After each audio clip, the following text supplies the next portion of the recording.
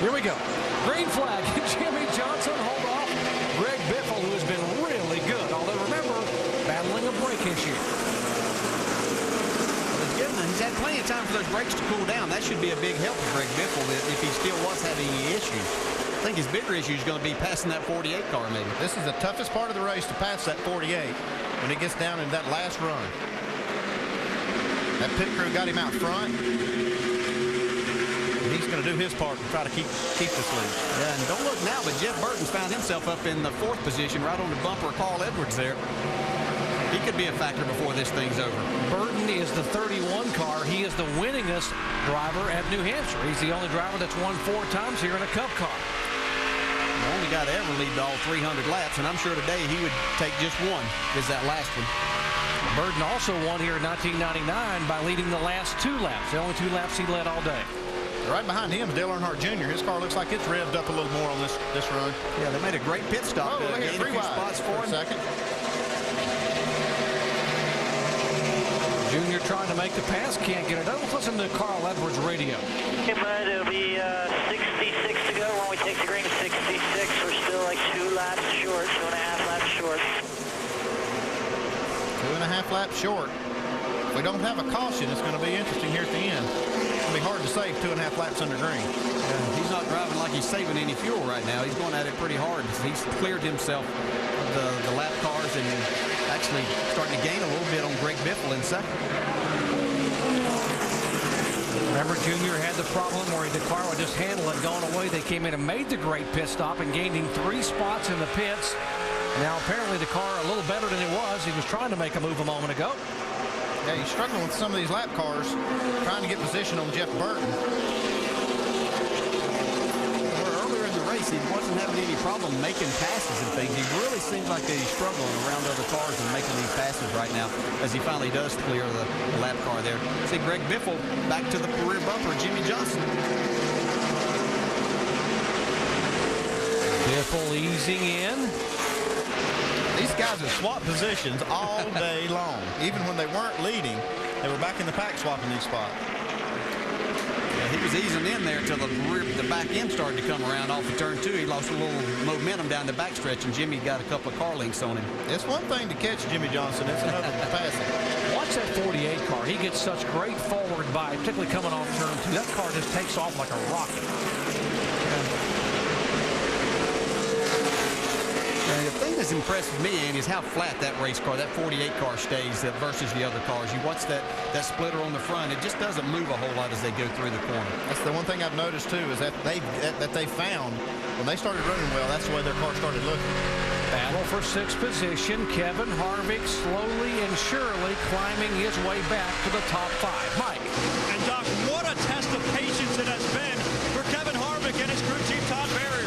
The way they started this race and with the frustration they had, you would have thought they were about to throw in the towel. But they kept working on this race car and have made it better. But believe it or not, as bad as they were at the beginning, they haven't made all that many changes. They've only added a total of a round and a half of wedge. It's made it that much better. Meanwhile, up front, a good battle shaping up for the lead as Biffle looks to the inside of Jimmy Johnson. Mike, he just couldn't hold it. He got up along the quarter pedal and couldn't keep it there. Yeah, we literally, you're going to see in your screen right there, we've got 5 guys that are right here for the win, going to be battling for the lead. Greg Biffle's doing everything that he can to get by the 48. He knows the longer that he waits, probably his chances aren't as good. And Carl Edwards is sneaking in the picture here, guys. Yeah, don't look back. Jeff Burton, as we talked about, is right behind these guys, and Dale Jr. right behind him. The owner points in NASCAR Sprint Cup, a top 35 in owner points, you're guaranteed to qualify for a race. That's why it's so important to get in the top 35, and that's where the 84 car was. See, Robbie Gordon just 3 points back in the 7 car, and the 77, the Penske-owned car of Sam Horn, is 15 behind. Okay, here they come by the pit road entrance. Jimmy says, I'll pass. Mark Truex looked like he made a move, but not going to come in. How about Tony and Rudeman? Got a couple of takers. Bobby Labonte. Montoya is there. There comes the 20 car of Tony Stewart back on the lead lap. He was in 12th position. David Rudeman getting right side tires. They it just kind of forced everybody's hand behind them. When Ruderman came and Tony came, then everybody saw that they were going to need to do that. Jamie? Tony Stewart, they last-minute effort to come in, and the 11 of Denny Hamlin both thought they were good to the end. They just came in. The 11, Denny Hamlin saying he's loose, chatter in the right rear, only tires on the right side and fuel, and they're all down and away, guys. How much will the two tires make a difference here with 32 laps and lots of traffic? That's the problem. The tires are going to be better, but they just got so much traffic to work. If I'd have been some of those guys back there like Eric Almirola, he had pitted under that last caution, I would have stayed out there and stolen some track position from these guys. Basically, Tony, he actually made up a spot there. He beat the 44 car out of the pits. So I think he's probably going to be actually picked up a spot, and he's going to have fresher tires than those guys that stayed out there. So this could definitely work to his advantage. The 44 is going to have some advantage with that. So it's possible they can make up 4 or 5 spots.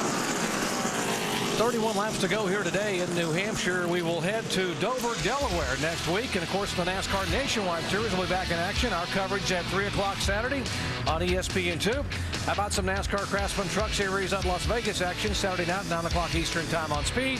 And then stop number 2 in the race for the chase for the NASCAR Sprint Cup on ABC next Sunday, 1 o'clock Eastern time, beginning with NASCAR Countdown. Alan Bestick, Brad Daugherty, and Rusty Wallace.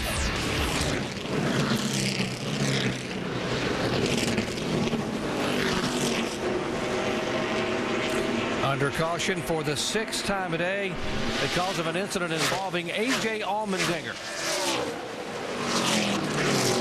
Contact with a 00 car, Michael McDowell. Casey Kane just slipped by these guys.